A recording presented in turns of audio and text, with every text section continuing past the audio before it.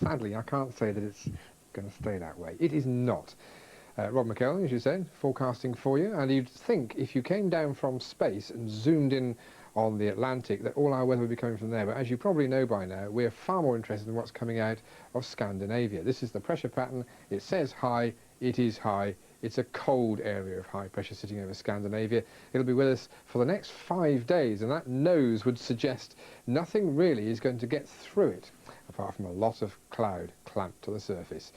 So, it's cloud, it's coming from the east because the lines are facing from west to east, and that is a persistent wind as well, and the wind will be the thing we notice most. It's already starting to turn now, coming off the North Sea, probably at its strongest sometime during the weekend, and for the wind chill factor, at its worst in the southeast of England, because the North Sea's beneficial to us. It warms the air up a little bit. So it'll feel like -2 in London on Saturday, and probably -5 on Sunday, whereas Edinburgh just is a little warmer than that. But we're all going to feel cold, so that's why we should probably rejoice in the amount of sunshine still left in England and Wales. But the cloud is falling in.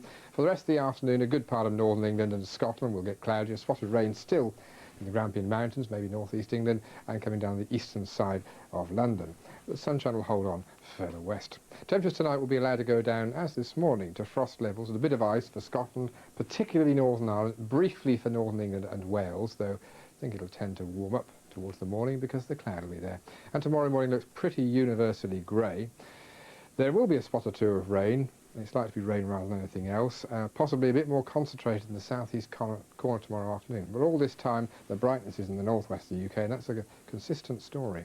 Temperatures down a degree more tomorrow, and of course the wind chill is still to count on.